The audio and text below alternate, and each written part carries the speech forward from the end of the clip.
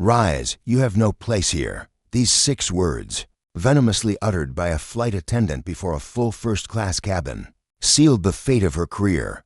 Believing she was merely displacing a suspicious traveler for an arriving VIP, she remained oblivious. The man in the unassuming hoodie, whom she publicly shamed as security personnel escorted him down the aisle, was far more than just another passenger. He was the architect of her livelihood, the very individual whose signature authorized her salary. He was the proprietor of the aircraft beneath their feet. In precisely 5 minutes, he would deliver a stark reminder to all present.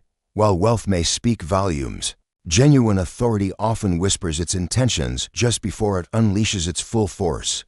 This narrative unfolds the downfall of Marcus Sterling and the flight crew whose careers crumbled due to a single act of superficial judgment. Within JFK International Airport, the atmosphere hung heavy, a blend of rich coffee aromas and the tangible tension of peak holiday journeys. Beyond Terminal 4, a relentless downpour lashed against the windows. Yet within the opulent confines of Airlix Airways' private lounge, a serene, almost unnerving tranquility prevailed, or so it was intended. Marcus Sterling occupied a secluded corner, deliberately distanced from the lavish buffet and the sparkling champagne bar. For any casual onlooker, Marcus presented no image of a man commanding a 9-figure financial empire. Instead, he appeared to be nothing more than an exhausted postgraduate scholar. His attire consisted of a well-worn charcoal gray hoodie, faded joggers, and scuffed athletic footwear. With headphones draped around his neck, he typed with intense focus on a tablet whose screen bore a visible crack. Marcus had endured an unbroken vigil of 36 hours. He had just finalized a contentious takeover of a silicon chip manufacturing giant in Taipei. Subsequently, he had flown directly to New York for a board meeting that extended an additional 4 hours. Beyond its scheduled duration, his sole desire now was to return to his London residence. The allure of caviar service or an extensive wine list held no appeal for him. His singular craving was to find slumber in Seat 1A, a specific berth he had personally reserved on his very own airline. Marcus was far more than a mere frequent traveler. Via his holding company, Sterling Horizon, he held the controlling stake in Airlix Airways. A mere 6 months prior, he had acquired 51% of the beleaguered airline, thereby rescuing it from the brink of financial ruin. The acquisition remained unannounced to the public. He favored operating discreetly, meticulously rectifying the company's internal decay before publicly associating himself with the brand. Final boarding call for Flight 88 to London Heathrow, the announcement echoed. A gentle chime emanated from the intercom. Marcus, rubbing his weary eyes, stowed his tablet into his worn leather messenger bag and rose to his feet. He proceeded towards the boarding gate, his steps deliberate and burdened by profound exhaustion. There, a youthful agent, Kevin, appearing barely beyond his high school years, processed Marcus's digital boarding pass. The scanner emitted a confirming green signal. "Have a safe flight, Mr. Sterling," Kevin uttered. A fleeting glance at the screen preceding his return to his mobile device. No flicker of recognition crossed his face. The name held no significance for the ground personnel. Marcus was merely an entry on a passenger manifest. He traversed the jet bridge, the crisp, cool air of the enclosed walkway brushing against his face. He boarded the aircraft, veering left into the first-class section. The cabin presented an immaculate appearance, suffused with gentle ambient illumination. The expansive beige leather seats exuded an inviting comfort. He located his designated spot, a window seat positioned on the port side. He unceremoniously deposited his bag into the overhead compartment, foregoing any attempt at neat arrangement, and sank heavily into the seat. He bypassed the customary pre-flight beverage service. Drawing his hood over his head, he secured his seat belt and finally closed his eyes. A profound sense of peace at last. Ethan was on the verge of succumbing to slumber when a strident, nasal voice abruptly cut through the silence of his noise-canceling headphones. "Excuse me, hello. Are you completely deaf?" Ethan's irritation simmered, a silent curse forming within him. He pulled back one ear cup of his headphones and peered open a single eye. There, standing in the aisle, was a man who appeared to be the very embodiment of corporate excess.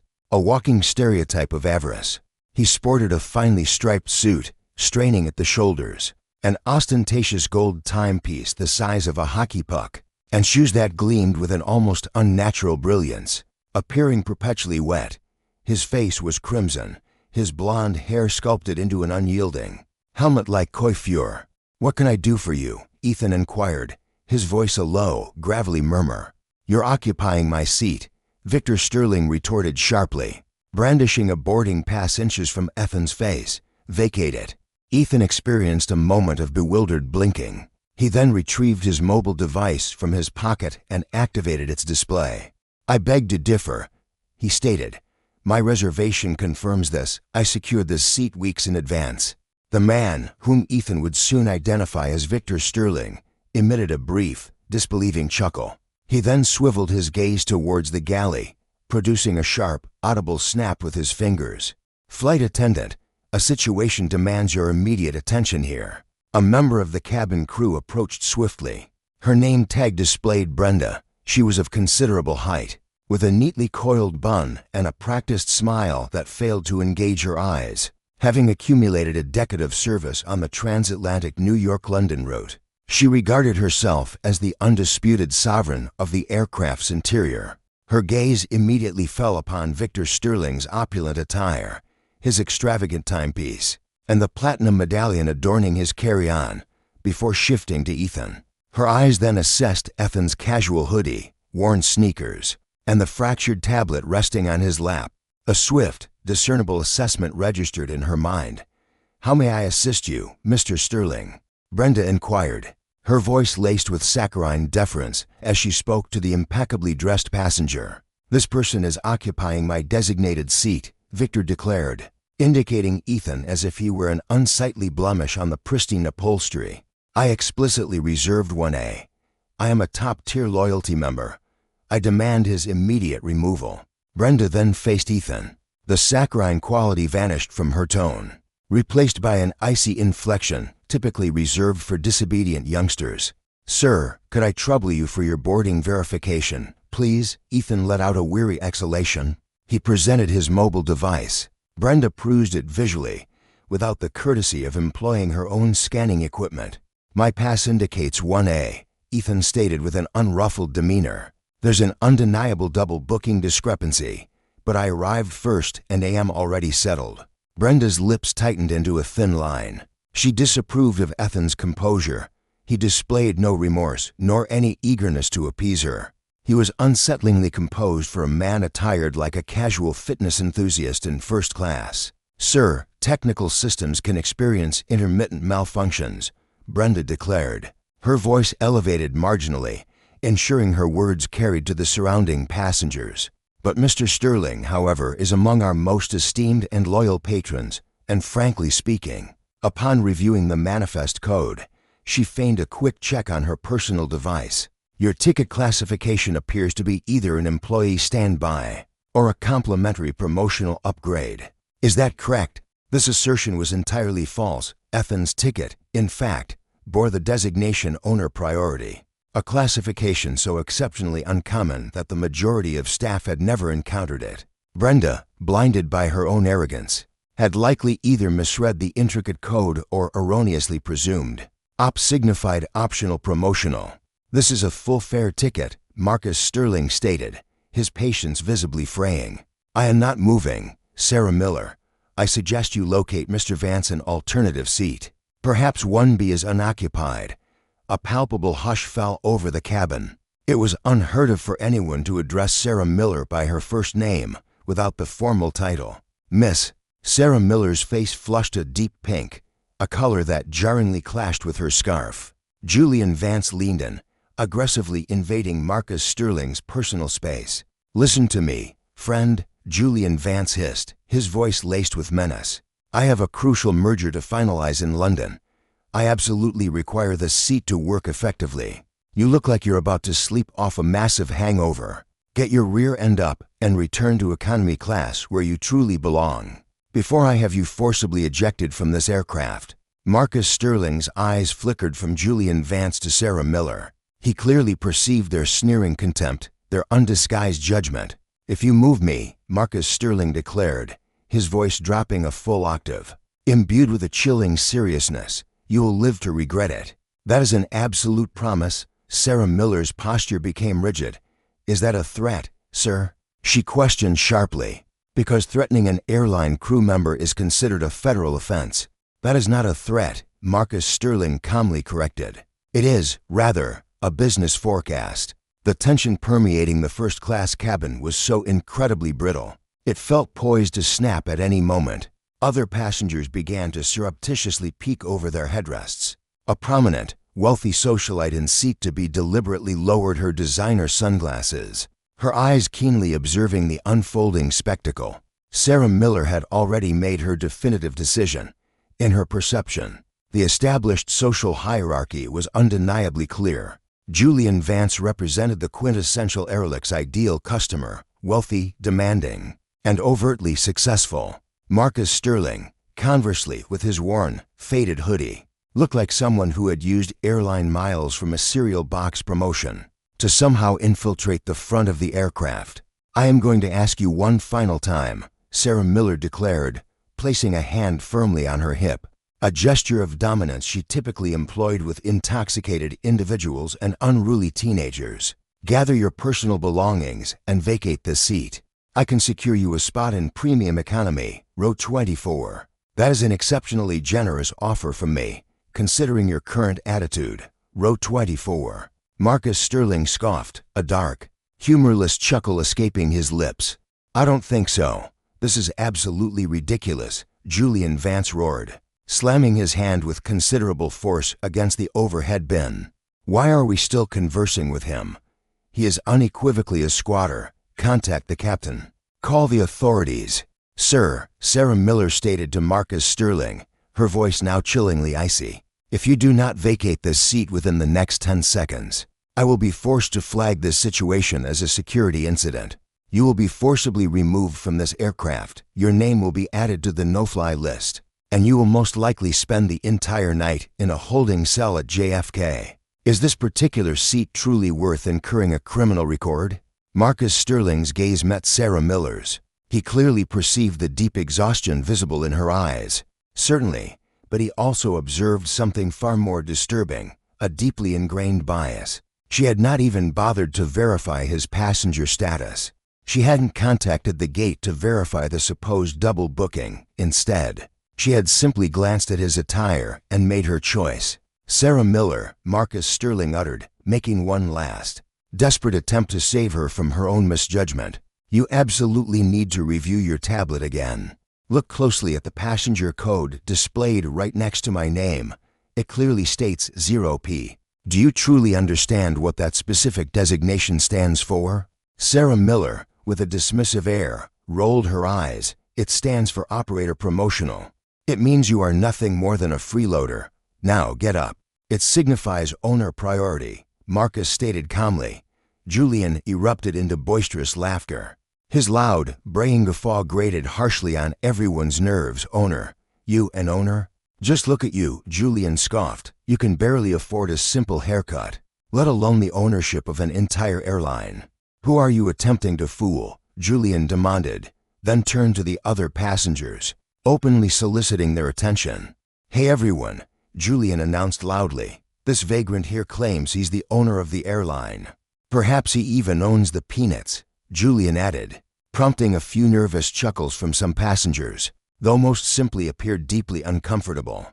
Sarah, however, was not laughing. A wave of intense fury washed over her. She felt personally ridiculed. With a decisive motion, she pressed the call button on her personal handset. "Captain," she stated firmly, "we're experiencing a level of disturbance within the first-class cabin.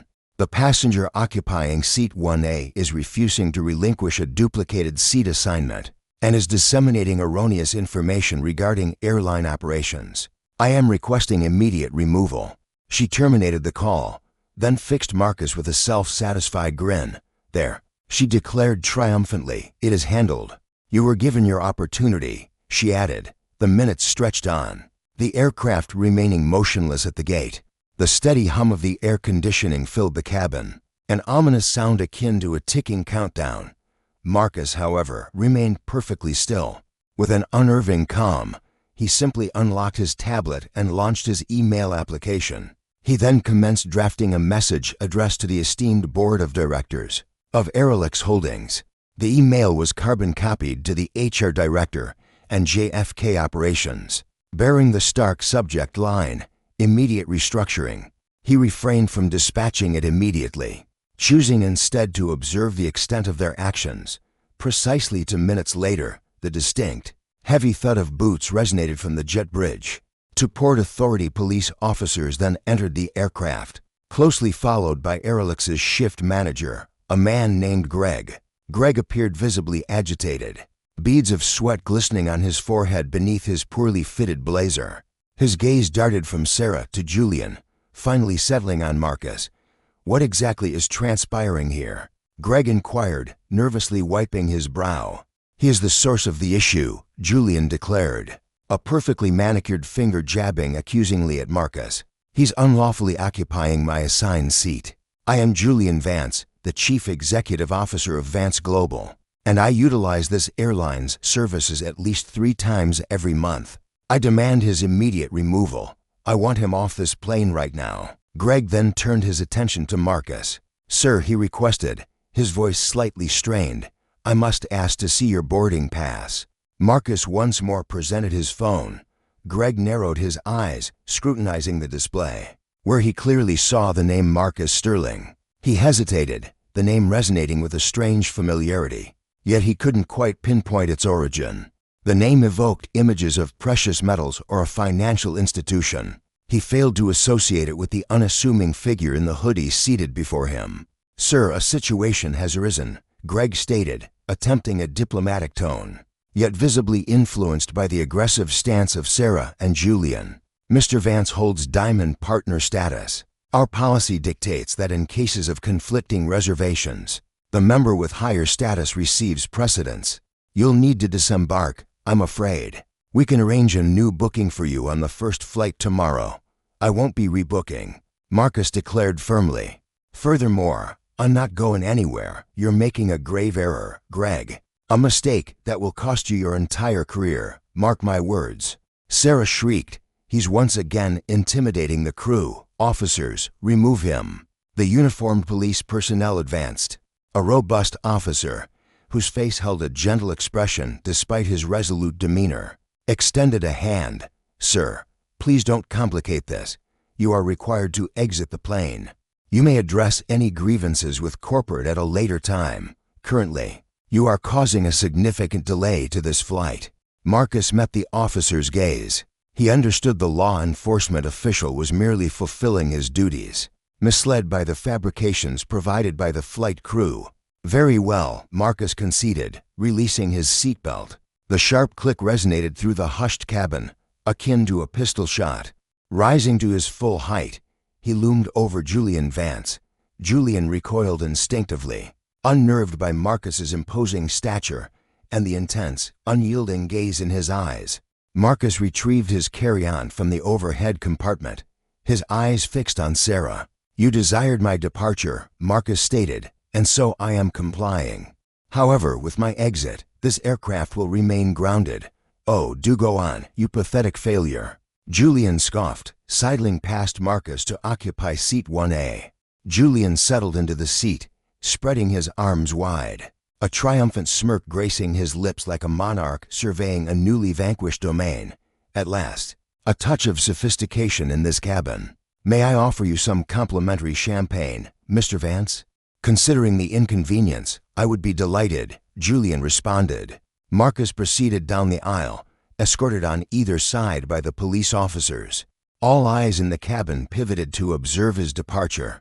He discerned sympathy in some gazes, while others held undisguised amusement. A searing humiliation ignited within his chest, yet he suppressed it, forging the raw emotion into an unyielding, steely determination as he exited the aircraft. Stepping onto the jet bridge, the chill air once more enveloped him. Greg, the manager, trailed behind him. "I regret that circumstances unfolded in this manner, sir. Should you visit the service desk, I can endeavor to secure a meal voucher for you." Marcus halted, turning to face Greg.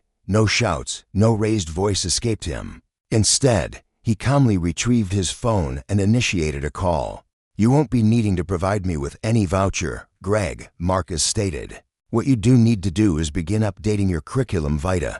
"Pardon me," Greg stammered, blinking in confusion. Marcus raised the phone to his ear. "Elizabeth, it's Marcus.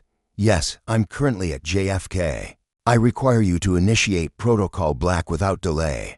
Ground Flight 882, yes, immediately. And connect me with the Director of Human Resources for a conference call. I am activating the majority shareholder clause." Greg's complexion instantly blanched. The blood receded from his face with such speed it appeared to be an illusion. "Hold on," Greg stuttered, his voice barely a whisper. "Majority shareholder? Are you referring to Sterling Horizon?"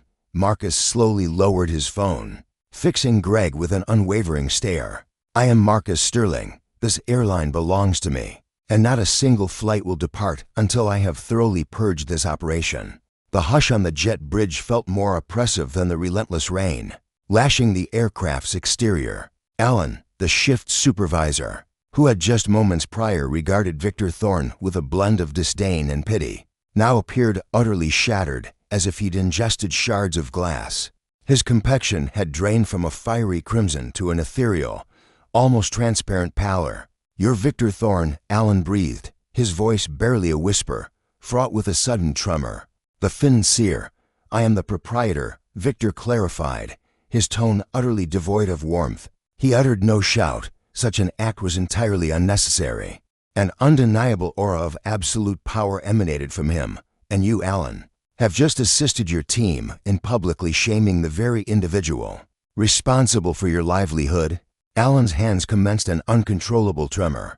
His gaze flickered towards the pair of law enforcement officers. The officers, perceiving the palpable change in the air, instinctively retreated. They served not Aerolix, but the Port Authority. Airline politics held no sway over them, yet they possessed an acute sense for wealth. Abruptly, the individual clad in the hooded garment exuded the unmistakable scent of immense riches. "Sir, I was unaware," Alan stuttered, beads of perspiration forming on his upper lip. The passenger list merely indicated Thorne. "We encounter numerous Thorns, and considering the hooded attire and the system malfunction." "It was no malfunction, Alan," Victor interrupted him sharply. "It was an assessment, an evaluation of your company's ethos, a scrutiny of your employees' prejudices, and you utterly failed." Victor returned the phone to his ear. "Sarah, are you still on the line? Excellent. Cancel the flight itinerary for Flight 882 immediately. Instruct the control tower to withdraw its departure slot. That aircraft remains grounded until I give the explicit command. Furthermore, connect me with the legal department. I expect the termination agreements for the entire gate personnel to be prepared before I re-emerge from this walkway." "Understood, Mr. Thorne." Sarah's voice resonated, sharp and highly competent. "I am now connecting the JFK station director. He is currently rushing towards Gate 14 at this very moment." Within the confines of the aircraft, the atmosphere presented a stark contrast. Arthur Finch was already savoring his second flute of champagne. Reclining in seat 1A, still retaining the warmth from Victor's recent presence, he felt an overwhelming sense of dominion. He then addressed the woman in 1B, a seasoned architect named Eleanor, who had observed the preceding incident with silent disdain. "Can you fathom the sheer audacity of certain individuals?" Arthur chuckled, idly swirling the amber fluid within his goblet. "That fellow appeared as though he'd emerged from a refused bin, attempting to occupy a first-class seat, likely a lottery recipient who squandered everything on a single wager. One must uphold rigorous standards, wouldn't you agree?" Eleanor offered no smile. Despite possessing a valid ticket, he was denied entry. Marcus delivered a knowing wink, a gesture that sent a shiver of revulsion down Elena's spine. Victors seize their desires. The vanquished are removed by law enforcement. That is the inherent order. Chloe, the cabin attendant, glided past, radiating triumph. A profound sense of vindication enveloped her. Having upheld the sanctity of her cabin and satisfied a top-tier diamond member, she anticipated an imminent commendation. "Another glass of bubbly, Mr. Thorne," she purred. "Don't let it cease flowing."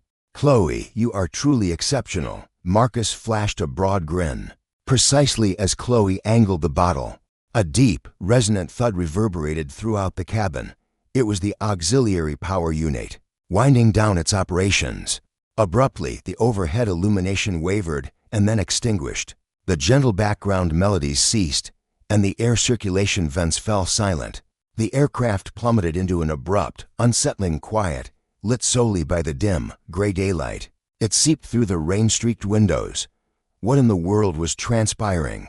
Marcus jolted upright, a droplet of champagne splashing onto his necktie. A catastrophic power failure. A wave of bewildered whispers spread across the cabin. Passengers in the economy section started rising, stretching their necks to peer around. Distinguished passengers, the pilot's voice, raspy and bewildered, broke through the intercom.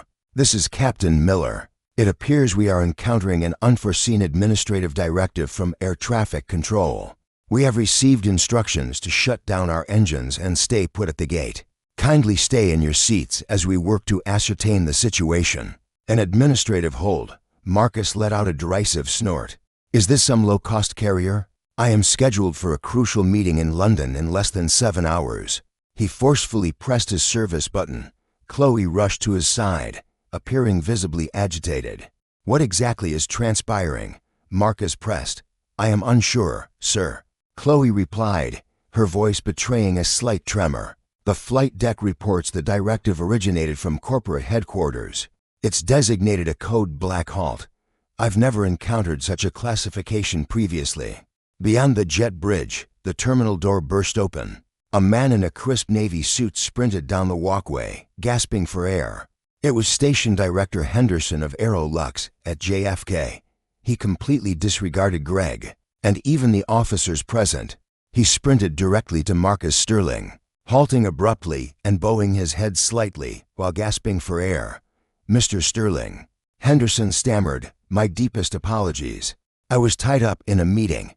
I had no idea you were scheduled to travel today." "Had I been informed," Marcus stated, his voice low yet piercingly sharp, "you would have undoubtedly received the red carpet treatment. And that, Henderson, is precisely the issue. You revere the executives as deities while dismissing everyone else as mere refuse. Your personnel just subjected me to profiling, publicly shamed me, and forcibly removed me from my own plane." Henderson's face drained of color. He glanced at Greg, who was now fixated on his footwear.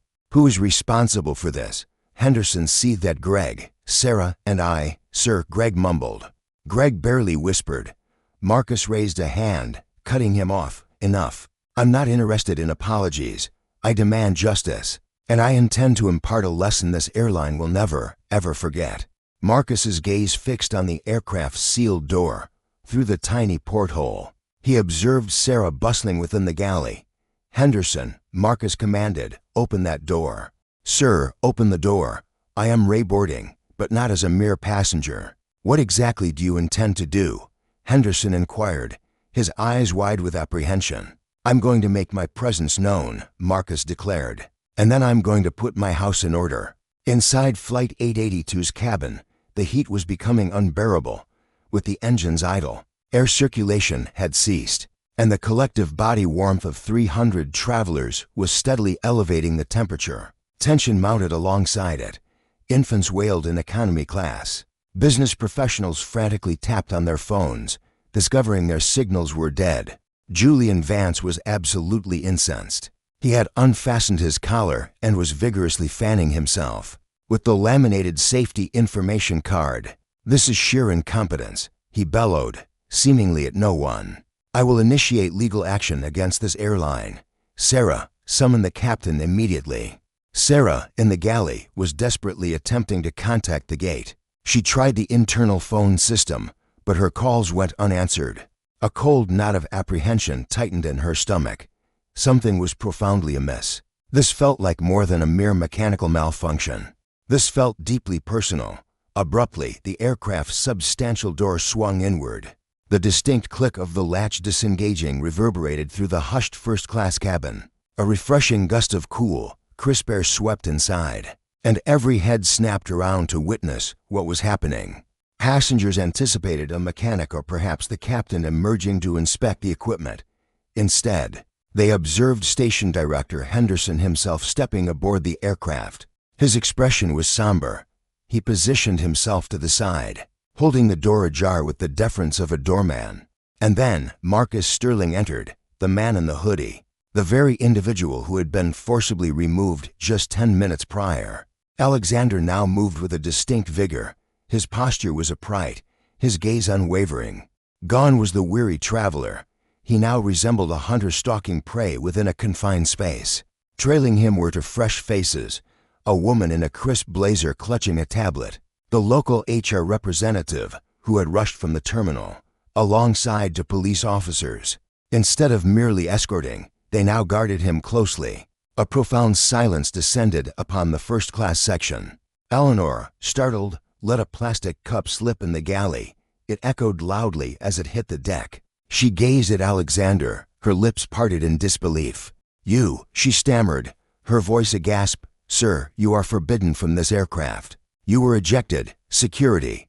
Her eyes darted to the officers behind Alexander, anticipating his immediate apprehension.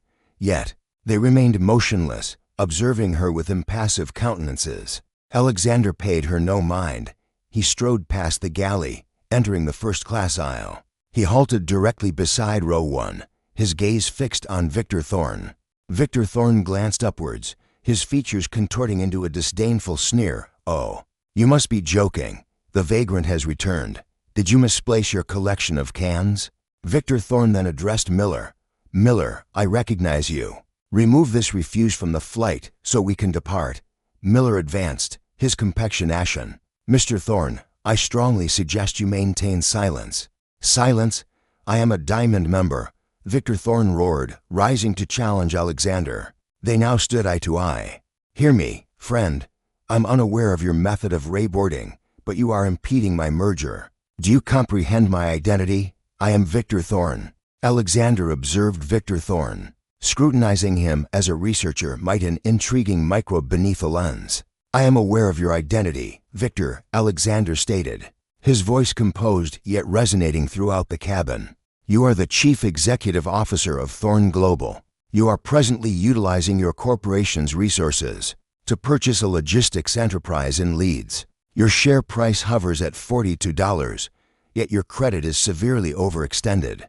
Victor Thorne became rigid, his eyes dilating. How could you possess such knowledge?" "Because," Alexander proceeded, "I rejected your loan request just last week." An absolute stillness enveloped the cabin. "What?" Victor Thorne breathed. "My name is Alexander Sterling," Alexander declared, his tone gaining a slight, commanding clarity. "I am the Chief Executive Officer of Sterling Horizon. I possess ownership of the bank to which you applied. I own the logistics company you are attempting to acquire, and as of half a year ago." Alexander slowly pivoted to face Eleanor, who stood quivering near the cockpit entrance. "I own this airline."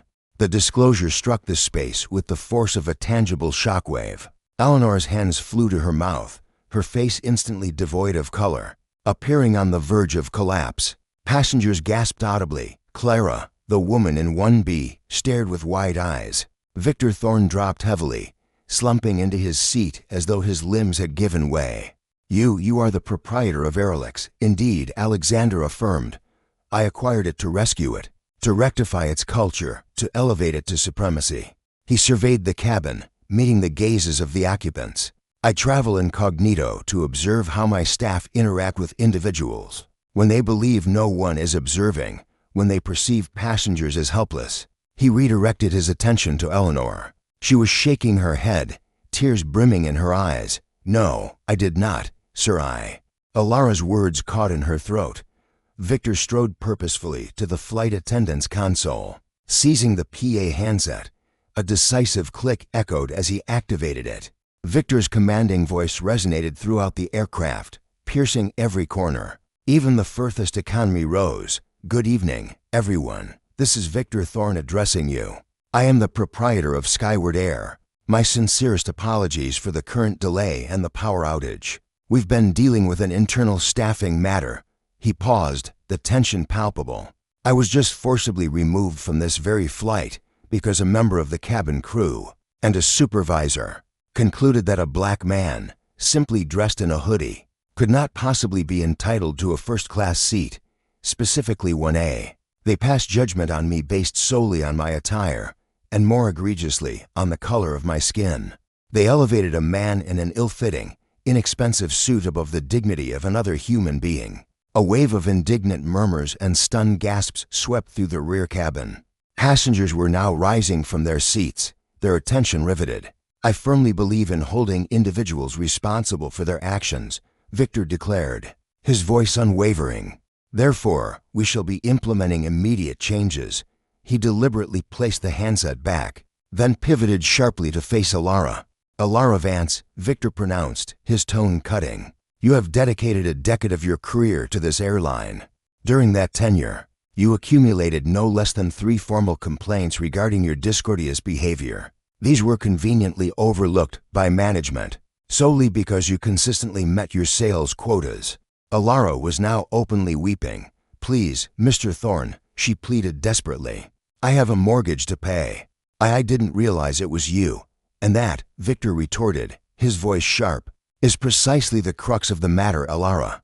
Victor's voice snapped like a whip, causing a collective jolt through the cabin. "Had I been adorned in a suit, you would have eagerly offered me champagne. Had my skin been white, you would have meticulously verified the passenger manifest not once, but twice. You subjected me to such contempt because you mistakenly perceived me as vulnerable. You do not serve the patrons, you merely serve your own inflated ego." Victor then motioned towards the HR representative, who held a tablet. "Present her with the termination notice." The HR representative advanced, extending a digital pad towards Alara. "Miss Vance, your employment is hereby terminated, effective immediately. This action is taken due to your egregious violation of the company's code of ethics, discriminatory conduct, and gross negligence. Kindly collect your personal belongings and disembark from this aircraft." "You can't do this," Alara shrieked, her eyes darting desperately for any sign of support. She glanced at Adrian. She looked at Donovan. Not a single person stirred. "It is done," Victor stated icily. "Remove yourself from my aircraft." Alara remained frozen for a moment, utterly paralyzed by the abrupt collapse of her existence. Before erupting into uncontrollable sobs, she snatched her purse from the galley and fled down the aisle, past the unblinking gazes of the passengers and out the exit. A profound silence once again enveloped the cabin, yet Victor's business was far from concluded. He pivoted back towards seat 1A, Adrian Croft. Adrian was attempting to shrink into himself, making himself as inconspicuous as possible. He stared fixedly out the window, feigning complete unawareness of the unfolding drama. "Mr. Croft," Victor's voice cut through the quiet. Adrian flinched visibly. He turned with agonizing slowness. "Look, Thorne, Victor, Mr. Thorne, I believe we started on the wrong foot. It was merely a misunderstanding, the pressures of travel, you understand? I'm a significant patron of your enterprises. You labeled me a bum," Victor stated flatly. "You disrespectfully snapped your fingers at my staff. You deliberately humiliated me to inflate your own sense of importance." "I was just jesting," Adrian stammered, a forced, sickly smile stretched across his face. "I failed to see the humor," Victor replied, his gaze then shifting to Donovan. "Henderson, an update on Vance's ticket, please." Henderson cleared his throat. "He holds a flexible first-class fare, sir. Process a full refund," Marcus commanded. "What?" Julian shot to his feet. "You can't remove me. I have entitlements. I'm a top-tier member." "Not any longer," Marcus stated, his voice unnervingly calm. "You are permanently barred from Aerolix, and not merely Aerolix Sterling. Horizon holds significant interests in 3 prominent hotel chains and to car rental companies. Should you manage to secure alternative transport to London by the time you arrive, your accounts with them will also be frozen." "You're insane," Julian roared, his face a deep crimson. "You're utterly vindictive." "I am the owner," Marcus declared, stepping aside and gesturing towards the exit. "And I require my seat back. Depart now." Julian's gaze darted frantically around him. He noticed the occupants of 2A, and to be smirking, he observed the security personnel advancing, poised to escort him away. precisely as he had insisted they do to Marcus. Confronted with his undeniable defeat, Julian snatched his briefcase. He attempted to salvage a shred of dignity, straightening his suit jacket. "This airline is a complete farce regardless," Julian grumbled, shoving past Marcus. "I'll arrange private travel for my next journey." "With whose funds?" Marcus inquired softly as Julian walked by. "Your business loan will be revoked tomorrow." Julian became rigid in the doorway, a wave of dread engulfing him. He cast a final glance at Marcus, comprehending the full magnitude of his miscalculation. He hadn't merely forfeited a flight, he had potentially jeopardized his entire enterprise. He staggered onto the jet bridge, utterly defeated. Marcus remained standing in the aisle. He drew a deep breath, then surveyed the passengers, who were observing him with astonished gazes. His gaze then fell upon Greg, the manager, who continued to shrink back by the door. "Greg," Marcus stated. "Yes, sir," Greg whimpered. "You are not terminated," Marcus declared. Greg let out a shaky breath, his knees nearly giving way from sheer relief. "Oh, my gratitude, sir." "Thank you. You are, however, demoted," Marcus proceeded. "It's evident you lack the ability to lead or to uphold proper protocol. You will report to the baggage handling training center first thing tomorrow morning. You're slated to spend half a year loading luggage, come rain or shine. Perhaps then you'll acquire respect for those who don't don suits." Greg nodded vigorously. "Absolutely, sir. Anything you command." Marcus then faced the cockpit. Captain Reynolds stood in the entrance, appearing utterly bewildered. "Captain," Marcus stated, "I presume we have a timetable to adhere to. Is a substitute flight attendant available? We can summon one from the reserve pool." The captain replied, "That will require 30 minutes. "Proceed," Alex commanded. Then, addressing the pilot, "Captain, open the bar. All drinks are on me for everyone aboard, even in economy. Offer our apologies for the hold-up." The captain responded, "Understood, sir." The pilot's hand shot up in an automatic salute. Alex then shifted his gaze to seat 1A. Finding it vacant, he flung his worn messenger bag into the compartment above, then settled into the plush beige leather, drawing his hood over his head. He finally shut his eyes. At last, Alex murmured under his breath. Yet, the unfolding saga was far from its conclusion. Indeed, it had barely begun. For even as Alex asserted his authority at 30,000 feet, the footage of the confrontation, captured by the prominent socialite in seat to be, was already streaming onto TikTok. By the moment their aircraft touched down in London, global attention would be fixed upon it. Victor Thorne had no intention of yielding without a brutal struggle. High above the dark, turbulent expanse of the Atlantic, at 38,000 feet, the interior of Airlix Flight 882 remained eerily silent.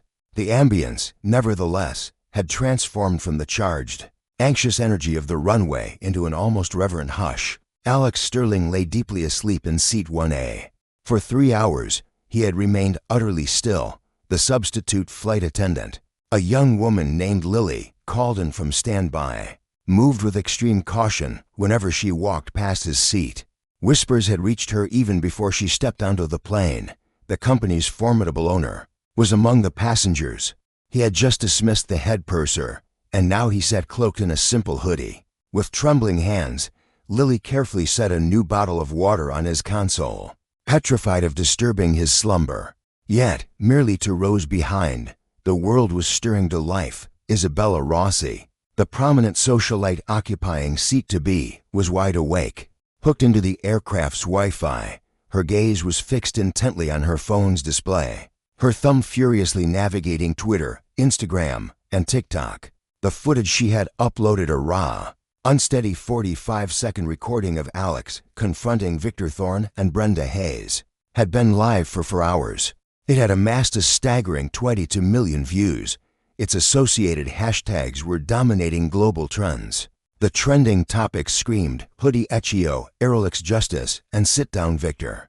Isabella leaned conspiratorially across the aisle, whispering to the passenger in 2A, a retired surgeon known as Dr. Bennett. "Have you witnessed this?" Isabella breathed, angling her phone. "CNN just broadcast it.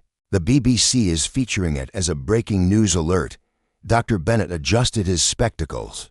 It's high time. Individuals like Thorne have been intimidating their way through existence for far too long. However, observe the comments. She added, it's turning hostile. He spoke the truth. While the vast majority of online users celebrated Alex, an opposing narrative was rapidly taking shape, meticulously crafted by an exorbitantly priced, utterly desperate public relations apparatus. 4,000 miles distant, within a secluded hangar at Teterboro Airport in New Jersey, Victor Thorne stalked the plush carpet of a chartered Gulfstream jet. He was incandescent with rage, his face crimson, bellowing into his phone. He had not retreated home. He had not surrendered. Victor Thorne was an individual convinced that wealth possessed the power to reshape truth itself. If Alex was denied to him, he would simply charter a private flight. The cost was $50,000, a sum he didn't precisely possess. Cash flow was constrained until the London merger finalized. Yet he had brazenly billed it to the corporate account. He absolutely had to reach London before Alex Sterling's arrival. He needed to seize control of the unfolding story. I don't care how you achieve it, Leo, Victor roared into the phone at his crisis manager. Leo Maxwell, spin this. The man was erratic. He menaced the crew.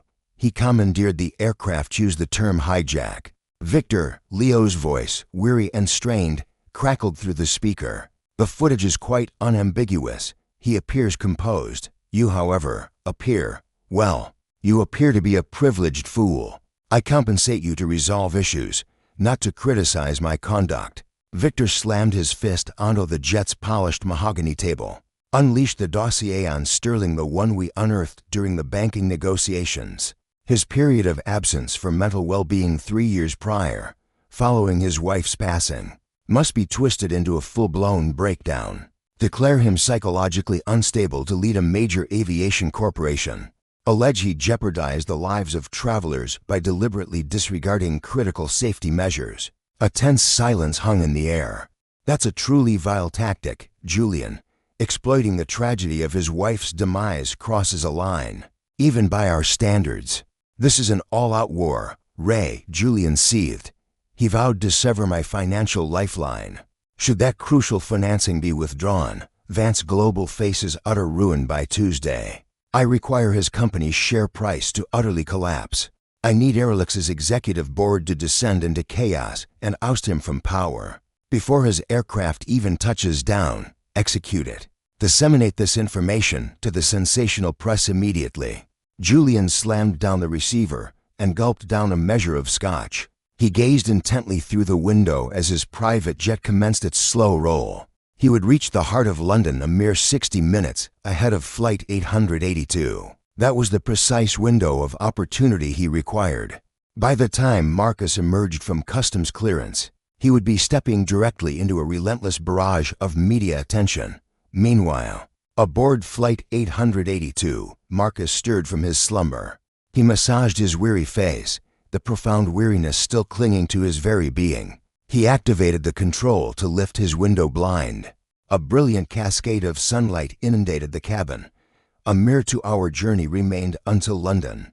He retrieved his digital tablet and established a connection to the aircraft's internal network. His digital inbox was overflowing, a staggering 400 unread messages. Subject, press inquiries, immediate attention required. Subject, share value, unprecedented spike. Subject, urgent board meeting, mandate issued. Marcus let out a heavy sigh, then launched the news application.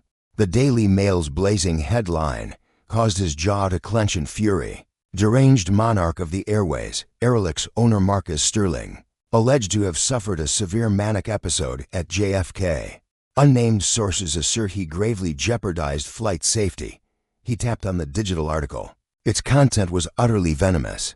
Anonymous sources claimed Marcus had been ranting nonsensically and verbally assaulting personnel. It referenced his deceased wife, Clara, suggesting his profound sorrow had warped him into an erratic despot. A chilling, incandescent fury ignited within Marcus's gut. The calculated assault on his reputation was anticipated. The invocation of Clara's name, however, was an unforgivable transgression. He perceived a presence beside him. It was Elena, from the adjacent seat to be. "Mr. Sterling," she inquired gently. Marcus lifted his gaze, his eyes initially steely, before consciously softening their intensity. "You absolutely must witness this," she declared. "I captured the entire event on video. The latter portion remains unreleased. It's the segment where you articulated your reasons, maintaining your composure while they erupted in shouts." Marcus fixed his gaze upon the woman. "What is your purpose in presenting this to me?" "Because I witnessed the defamatory content they just published concerning you," Elena stated, raising her phone. "That malicious article. They are fabricating falsehoods, and I have no tolerance for aggressors." Marcus seized her phone and absorbed the footage. It was flawless. It unequivocally displayed his self-control. The recording exposed Julian's incoherent taunts. It laid bare Sarah's contemptuous prejudice. It served as irrefutable evidence of his unwavering composure. "Could you transmit this to me?" Marcus inquired. "I can achieve something far more impactful," Elena declared, a mischievous spark igniting in her gaze. "I command an audience of 500,000 followers on Instagram. I can initiate a live broadcast this very instant. Our Wi-Fi connection remains active. You can present your narrative before our aircraft even touches down. We can utterly dismantle Julian's position." Marcus's gaze shifted from the tablet to Elena. He grasped at the antiquated corporate strategies. Silence, legal counsel, and formal press releases were woefully inadequate for the swift pace of the digital era. Julian had resorted to underhanded tactics. "It is time to retaliate with full force. Proceed," Marcus declared. "Let us conduct this interview right here, in seat 1A, Elena radiated. She positioned her phone on the tray table, initiating the live broadcast in 3, 2, 1. "Greetings, everyone," Elena murmured into the camera. "I am presently aboard Flight 882, soaring somewhere above the emerald expanse of Ireland. You've undoubtedly encountered the footage of the Hoodie CEO. Indeed, I am seated beside him, and he is prepared to address the swirling conjectures." She pivoted the camera towards Marcus. Marcus offered no smile. His gaze pierced directly into the lens. He did not project an image of instability. Instead, he exuded the aura of a monarch in banishment. "My designation is Marcus Sterling," he commenced, his voice resonating with depth and unwavering resolve. "I am not succumbing to a collapse. I am forging a profound revelation. For countless years, the corporate realm has erroneously perceived benevolence as frailty, and quietude as a lack of understanding. Today, I have established an unyielding boundary. Julian Vance presumes he can wield his wealth to distort the truth. He believes he can exploit the cherished memory of my departed wife to undermine my credibility." Marcus inclined closer to the device. "Julian, I am aware of your viewership. You are likely aboard a private jet at this very moment, endeavoring to reach London before me. You may believe you can manipulate this narrative, but you have overlooked a critical detail: the vital loan required to salvage your enterprise. The requisite documents remain unsigned, and the board meeting you are hastily pursuing. I am the principal shareholder of the very corporation you seek to acquire. So, flee as much as you desire, Julian, but upon my arrival, I shall not merely reclaim my rightful position, I shall dismantle your entire legacy." Elena terminated the live broadcast. "What was your assessment?" she inquired, her voice tinged with exhilaration. Marcus settled back. "Disseminate it." In less than 10 minutes, the live transmission had been extracted, re-uploaded, and disseminated across 2,000,000 instances. The prevailing narrative shifted instantaneously. The headline, "The Mad King Vanished, Supplanted by the Lion Speaks," aboard his private jet, plummeting towards Luton Airport, Victor Thorne, in a fit of rage, hurled his iPad across the cabin, its screen exploding against the bulkhead. As Flight 882 made its landing at London Heathrow Terminal 5, pandemonium erupted. The live broadcast originating from Seat 1A had achieved its devastating objective. A ravenous throng of reporters and paparazzi clamored against the glass, desperate for a sight of the hooded figure. CEO Silas Blackwood, however, paid them no mind. Escorted by his formidable security detail, he bypassed the VIP lounge entirely, slipping seamlessly into a sleek black Range Rover awaiting him on the tarmac. "Destination, sir?" the driver inquired. "The Shard," Silas commanded, his gaze locked onto the somber London skyline. "Expedite. Victor awaits." Half an hour later, within the Shard's 34th floor boardroom, the air hung heavy and oppressive. Victor Thorne presided at the head of a gleaming glass conference table, his face glistening with perspiration. He was unleashing a torrent of fury upon the board members of Leeds Logistics. "Execute the agreement," Victor roared, his fist crashing onto the table. "My financial backing is unshakable. These internet whispers are nothing but malicious fabrications, sown by rivals. Should you fail to sign within the next 5 minutes, I shall withdraw this proposition entirely." Chairman Davies, the board's venerable leader, appeared visibly uncertain. "Victor," he began, "reports indicate your credit facility has been frozen. We cannot possibly sell to an insolvent entity." "I am not insolvent," Victor bellowed back. "I am Victor Thorne. This city belongs to me." Actually, a voice sliced through the tense silence, sharp as a blade. "You don't even possess ownership of the clothes on your back." The grand double doors swung inward with a dramatic flourish. Silas Blackwood strode into the room. His appearance remained unaltered. He still sported the unassuming charcoal hoodie and athletic footwear, a blatant defiance of the boardroom's stringent sartorial expectations. Nevertheless, his presence commanded more authority than any other individual present. "Silas," Victor gasped, recoiling until his back pressed against the panoramic window. You cannot possibly be here. This is an exclusive, private assembly." "It's a shareholder meeting," Silas calmly corrected, dropping a weighty file onto the table. "And given that my holding company secured 15% of Leeds this very morning, to thwart a hostile takeover, I am entitled to a place at this discussion." Victor's face drained of all color. You acquired shares?" "I accomplished far more than that," Silas stated, advancing deliberately towards him. "I also placed a call to the financial institution underwriting your acquisition. Sterling Horizon holds ownership of that bank.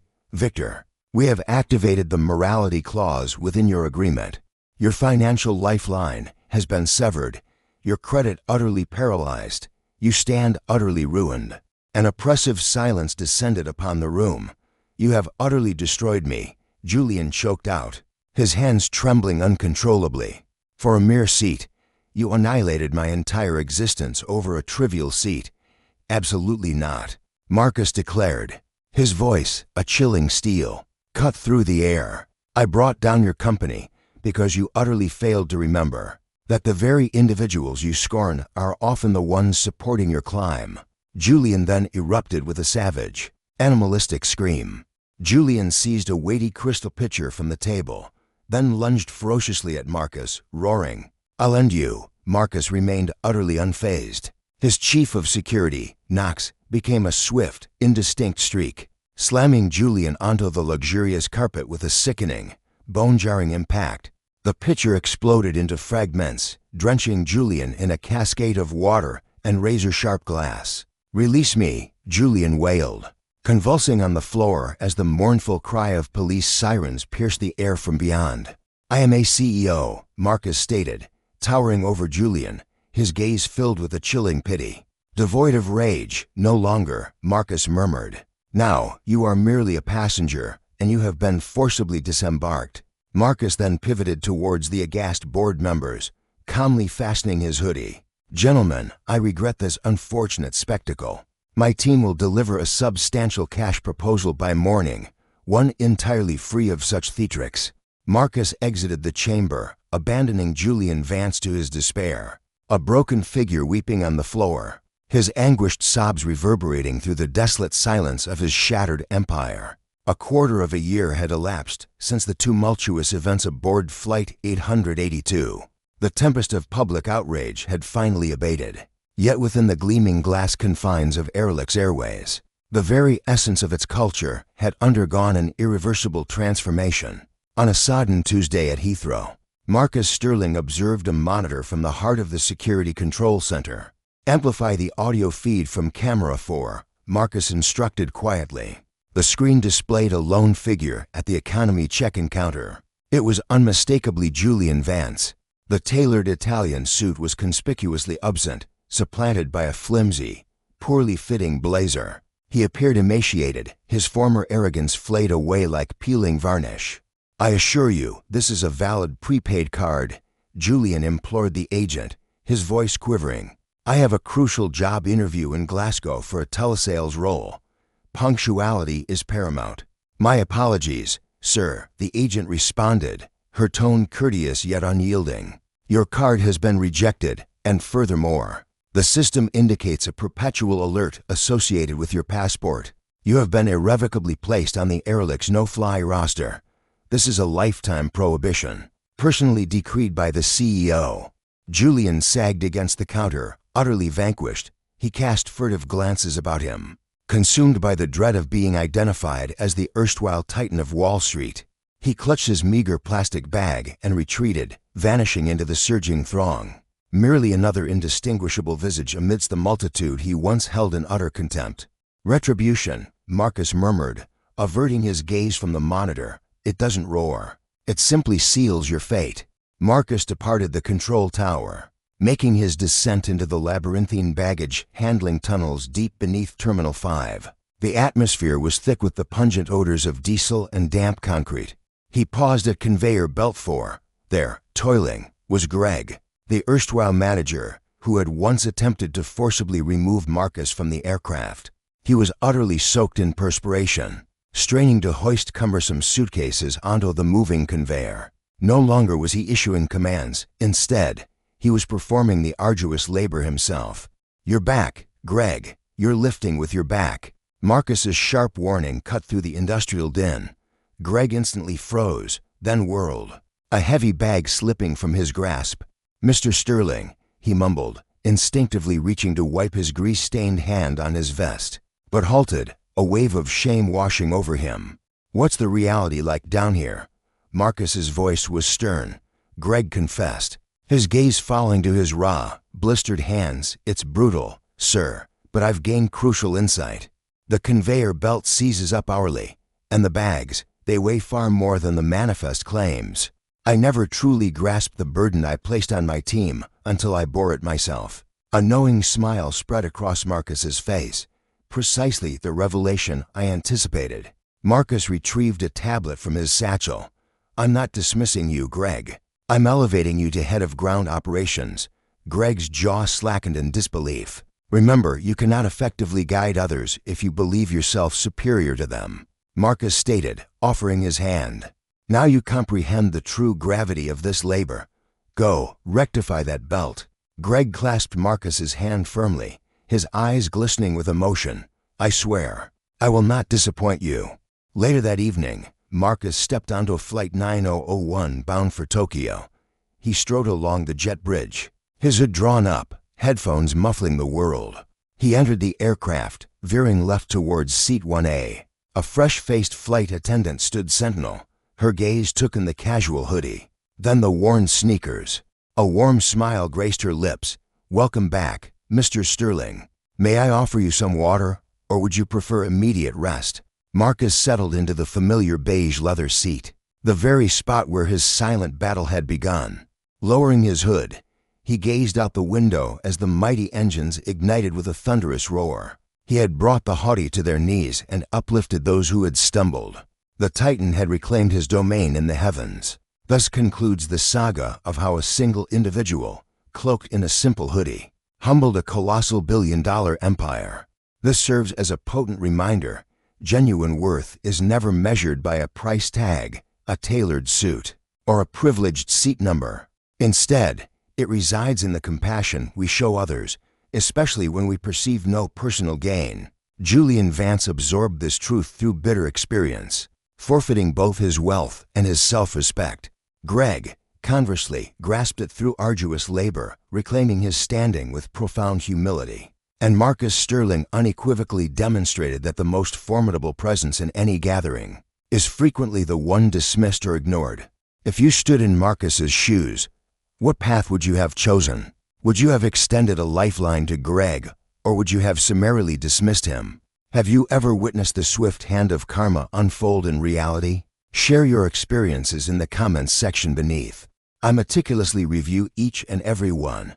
If this tale of justice and redemption resonated with you. Please obliterate that like button to aid us in conquering the algorithm, just as Marcus triumphed over Julian. And remember to subscribe and activate the notification bell, ensuring you never miss another compelling narrative. We deliver gripping, twist-laden sagas weekly. Thank you for tuning in. And always remember, practice kindness. The unsettling reality is, you can never truly know the individual on the other side.